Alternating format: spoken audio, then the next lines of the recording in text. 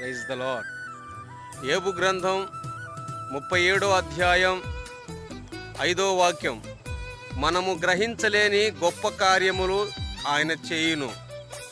దేవునికి స్తోత్రం. నువ్వు ప్రార్థన చేసి మర్చిపోయి ఇక నా వల్ల కాదు, నేనేమి చేయలేని అనుకుంటే భయపడకు. దేవుడు తెలియజేస్తున్నాడు, నువ్వు గ్రహించలేని, నువ్వు అనుకోలేని కార్యాలు దేవుడు నీ ద్వారా చేయబోతున్నాడు. నువ్వు ఎక్కడ తృణీకరించబడ్డావో, ఎక్కడ నువ్వు హేళనగా ఉన్నావో అక్కడే నీ తలను దేవుడు పైకెత్తబోతున్నాడు. ఊహించిన కార్యాలు అంటే నీ వల్ల కాని కార్యాలు, నువ్వు చేయలేని కార్యాలు కొన్ని ఉంటాయి. అవి యేసయ్య మాత్రమే చేయగలడు. కాబట్టి నువ్వు ప్రతి విషయంలో దేవుడి మీద ఆధారపడు. దేవుడు నిన్ను గొప్ప చెయ్యబోతున్నాడు.